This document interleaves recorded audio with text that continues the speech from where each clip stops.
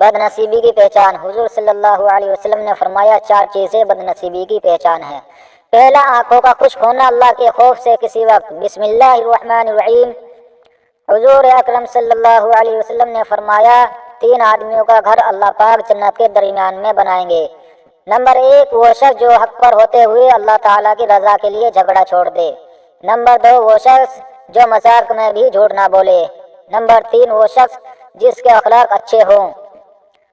حضرت سیدنا ابو امامہ رضی اللہ تعالیٰ عنہ فرماتے ہیں کہ رسول اللہ صلی اللہ علیہ وآلہ وسلم نے فرمایا کہ جنت کے اطراف میں ایک گھر کا ضامن ہوں جو حق پر ہونے کے باوجود جھگڑا چھوڑ دے، اور شخص کے لیے جو مذاق و مزاح میں بھی جھوٹ بولنا چھوڑ دے۔ جنت کے وسط میں ایک گھر کا ضامن ہو اور اس شخص کے لیے جو اعلیٰ اخلاق کا مالک ہو۔ اعلیٰ جنت میں ایک مکان کا ضامن ہوں۔ حکماء کرام کہتے ہیں کہ 4 چیزیں انسان کو پریشان اور بیمار کرتی ہے: زیادہ باتیں کرنا، زیادہ سونا، زیادہ کھانا، زیادہ لوگوں سے میل جول کرنا۔ 4 چیزوں سے رزق کی فراوانی رک جاتی ہے: صبح فجر سے طلوع آفتاب تک سونا، نماز نہ پڑھنا یا پابندی سے نہ پڑھنا، سستی کرنا، دھوکہ دینا۔ 4 چیزوں سے رزق بڑھتا ہے: راتوں کو اٹھ کر عبادت کرنا، بہت زیادہ اپنے گناہوں پر پشیمان ہونا، مستقل خیرات کرنا، ذکر و اذکار کرنا، اللہ تبارک و تعالیٰ کو یاد کرنا۔ 4 چیزوں سے چہرے کی رونق ختم ہو جاتی ہے اور خوشیاں بھی چلی جاتی ہے۔ نمبر 1، جھوٹ بولنا۔ نمبر 2، عزت نہ کرنا یا کسی غلط چیز پر بھی اصرار کرنا۔ نمبر 3، بغیر معلومات اور بغیر جانتے ہوئے بحث کرنا۔ نمبر 4، کسی غلط چیز کو بے باکی سے کرنا۔ حضرت محمد مصطفیٰ صلی اللہ علیہ وآلہ وسلم نے ارشاد فرمایا کہ آپ جب بھی کھانا کھاؤ تو بھوک رکھ کر کھانا کھاؤ تاکہ آپ کی صحت برقرار رہے، آپ کسی بیماری میں مبتلا نہ ہو۔ زیادہ کھانے سے انسان بہت سی بیماریوں میں مبتلا ہو سکتا ہے۔ 4 چیزیں آپ کو ختم کر دیتی ہے: پریشانی، غم، بھوک، دیر سے سونا۔ 4 چیزیں انسان کے چہرے کی رونق کو بڑھا دیتی ہے، چہرہ روشن اور منور ہو جاتا ہے۔ نمبر 1، پرہیزگاری۔ نمبر 2، وفاداری۔ نمبر 3، رحم دلی۔ نمبر 4، دوسروں کے بغیر کہے ان کی مدد کرنا۔ 4 چیزیں بد نصیبی کی پہچان ہے: پہلا، آنکھوں کا خشک ہونا، اللہ کے خوف سے کسی وقت بھی آپ کے آنسو نہ ٹپکے ہوں گے۔ دوسرا، دل کا سخت ہو جانا، آخرت کے لیے یا کسی دوسرے کے لیے کسی وقت بھی کبھی نرم نہ پڑے، یعنی کسی غریب، یتیم، مسکین کو دیکھ یا کسی بھی معاملے پر جہاں پر رحم دلی کا مظاہرہ کرنا ہو وہاں پر آپ کا دل نرم نہیں ہوتا تو یہ اس بات کی علامت ہے کہ آپ کا دل سخت ہو چکا ہے۔ تیسرا، امیدوں کا لمبا ہونا، لمبی امیدیں رکھنا کہ میں ابھی یہ کروں گا، 10 سال بعد یہ کروں گا، 20 سال بعد یہ کروں گا، اور پل بھر کی خبر نہیں کہ موت کب آ جائے۔ چوتھا، دنیا کی لالچ۔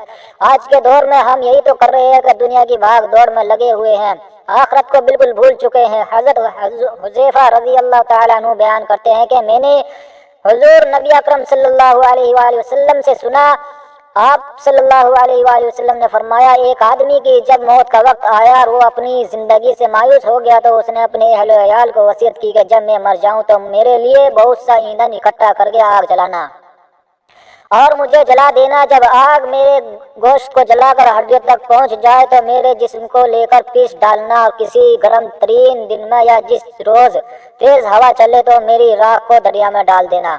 بس اللہ تعالیٰ نے اس کے اجزاء کو جمع کیا اور فرمایا تو نے ایسا کیوں کیا؟ اس نے جواب دیا محض تجھ سے ڈرتے ہوئے۔ بس اللہ تبارک و تعالیٰ نے اس کی مغفرت فرما دی۔ حضرت ابو ہریرہ رضی اللہ تعالیٰ عنہ سے روایت ہے کہ آپ صلی اللہ علیہ وآلہ وسلم نے فرمایا 3 لوگوں کی نہ نماز قبول ہوتی ہے اور نہ کوئی نیکی اوپر چڑھتی ہے۔ نمبر 1، بھاگے ہوئے غلام کی جب تک کہ اپنے مالک کے پاس نہ آ جائے اور ان کے ہاتھ میں اپنے ہاتھ نہ دے دے۔ نمبر 2، ایسی عورت جس سے اس کا شوہر ناراض ہو۔ نمبر 3، مست شرابی جب تک شراب کا اثر ختم نہ ہو جائے۔ اس حدیث کے فائدے میں لکھتے ہیں کہ مرد عورت پر نگران ہے اور عورت مرد کے ماتحت ہے۔ خدا کے بعد عورت کے لیے شوہر ہی ہے۔ والدین کے حق پر شوہر کا حق غالب ہے۔ اگر مذہب میں کسی کو سجدہ تعظیم کرنے کی اجازت ہوتی تو عورت کو ہوتی کہ وہ شوہر کو سجدہ کرے۔ حدیث نبی صلی اللہ علیہ وآلہ وسلم میں ہے عورت کے لیے اس کا شوہر جنت یا جہنم ہے، کیونکہ اس کے حق کو ادا کر کے جنت پا سکتی ہے۔ جس کا اتنا بڑا حق ہو بھلا اسے ناراض کیسے کیا جا سکتا ہے؟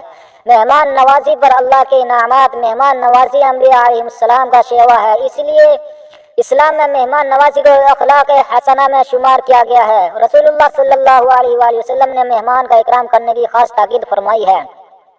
رسول اللہ صلی اللہ علیہ وآلہ وسلم نے فرمایا جو اللہ اور آخرت کے دن پر ایمان لاتا ہے اسے مہمان کی تقدیم کرنی چاہیے اور اس کا حق ادا کرنا چاہیے۔ پوچھا گیا اس کا حق کیا ہے؟ فرمایا 1 دن اور 1 رات اور ضیافت 3 دن کے لیے ہے، اس کے بعد صدقہ و خیرات ہے۔ اور مسلم کی ایک اور روایت میں ہے کہ کسی مسلمان کے لیے یہ جائز نہیں ہے کہ وہ اپنے بھائی کے پاس اتنا زیادہ ٹھہرے حتیٰ کہ اسے گنہگار کر دے۔ صحابہ کرام رضوان اللہ علیہم اجمعین نے پوچھا یا رسول اللہ صلی اللہ علیہ وآلہ وسلم اس کو گنہگار کیسے کرے گا؟ آپ نے فرمایا اس کے پاس ٹھہرا رہے اور اس کے پاس کوئی چیز نہ رہے جس کے ساتھ وہ اس کی مہمان نوازی کرے۔ حضرت ابو ہریرہ رضی اللہ تعالی عنہ نبی کریم صلی اللہ علیہ وسلم سے روایت کرتے ہیں کہ آپ صلی اللہ علیہ وسلم نے فرمایا روز حشر 7 افراد وہ ہوں گے جنہیں اللہ تعالیٰ کے عرش کے سائے میں جگہ ملے گی، جبکہ اس روز اس کے سائے کے سوا کوئی سایہ نہیں ہوگا۔ انصاف کرنے والا حکیم وہ نوجوان جو اپنے رب کی عبادت میں پروان چڑھا، وہ شخص جس کا دل مسجد میں اٹکا ہوا ہے، وہ 2 آدمی جنہوں نے اللہ کے لیے ایک دوسرے سے محبت کی،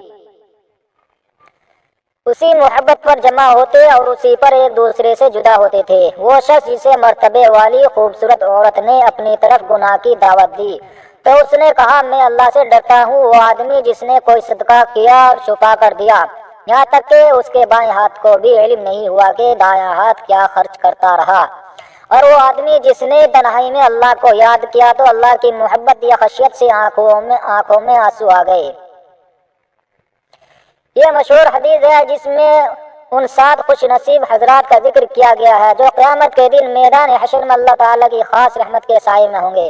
امام عادل یعنی انصاف کرنے والا حکمران، یہ حکمران بڑا حکمران بھی ہو سکتا ہے جسے اسلامی سلطنت کے تمام افراد کے مابین انصاف کی حکمرانی کے لیے بٹھایا گیا ہو، مگر نچلے درجے کے حکمران بھی اسی حکم میں داخل ہے۔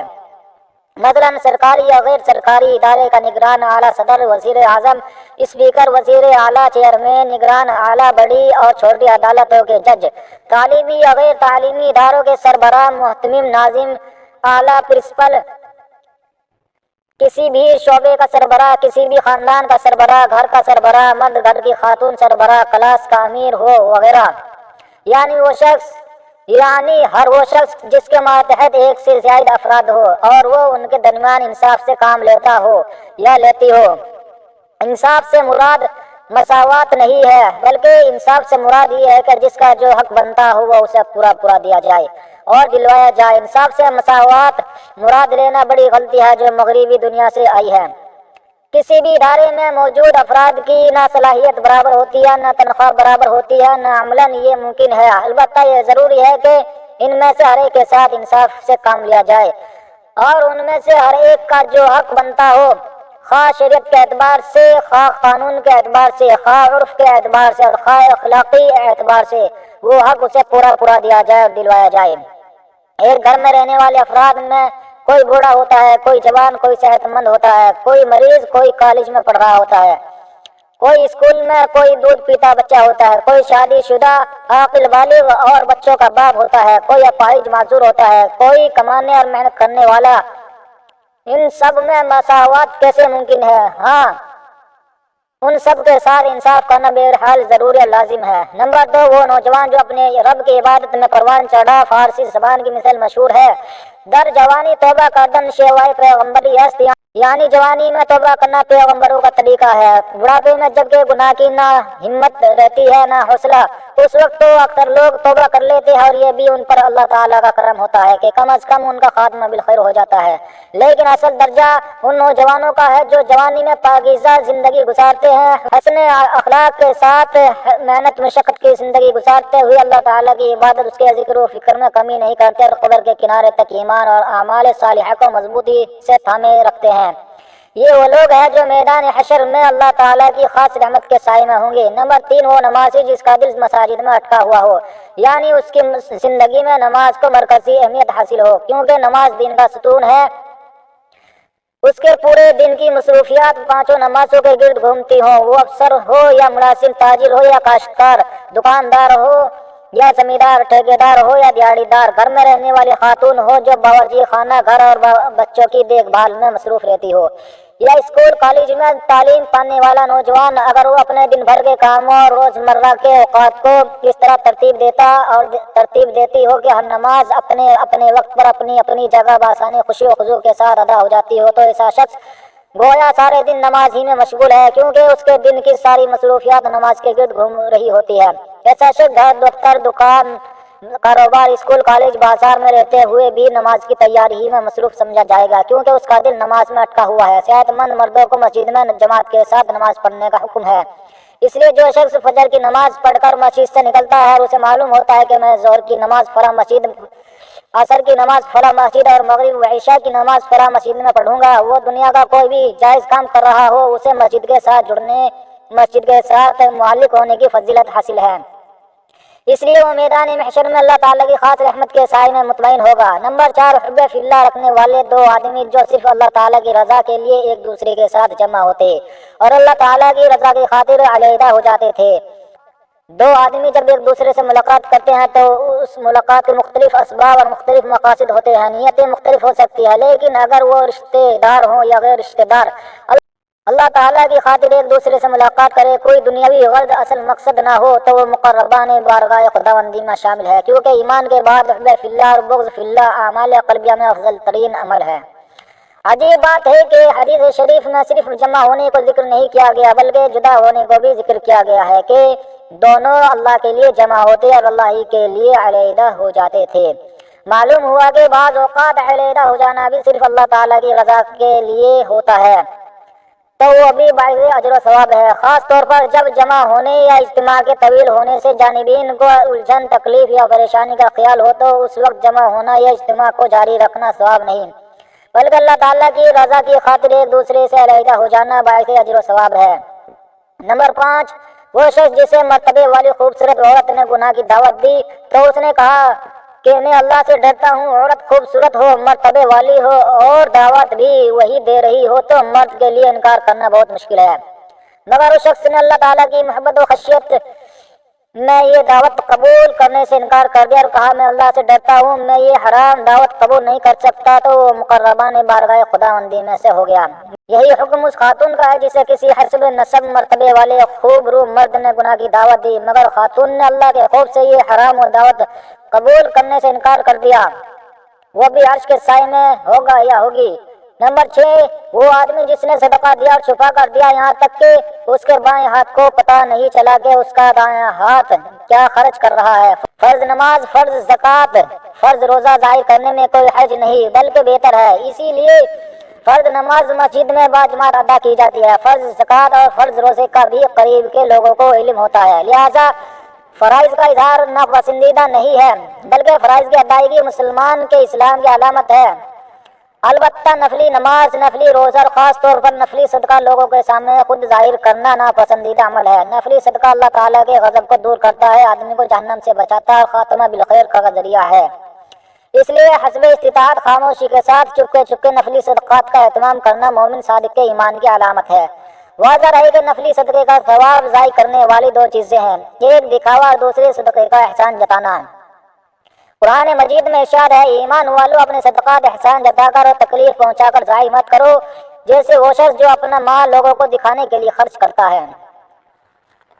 لہٰذا نفلی صدقہ دیتے وقت اپنے آپ کو ان دو خرابیوں سے بچانا نہایت ضروری ہے، ایک یہ کہ صدقے کا اظہار اور دکھاوا نہ ہو، دوسرے صدقہ دے کر اسے جتایا نہ جائے بلکہ نیکی کا دریا میں ڈال کے محاورے کے مطابق صدقہ دے کر بالکل بھول جائے، کیونکہ آپ کا پروردگار اللہ تعالیٰ جس کی رضا کی خاطر آپ نے صدقہ دیا ہے وہ نہ بھولتا ہے نہ فراموش کرتا ہے، لہٰذا آپ کو اپنا صدقہ یاد رکھنے کی کوئی ضرورت نہیں ہے۔ نمبر 7، وہ آدمی جس نے تنہائی میں اللہ کو یاد کیا تو اس کی آنکھوں سے خوف خدا کے باعث آنسو بہنے لگے۔ کسی بھی مسلمان کے دل میں اللہ تعالیٰ کی محبت و خشیت عظیم نعمت ہے جو اس کے کمال یا ایمان کی علامت ہے۔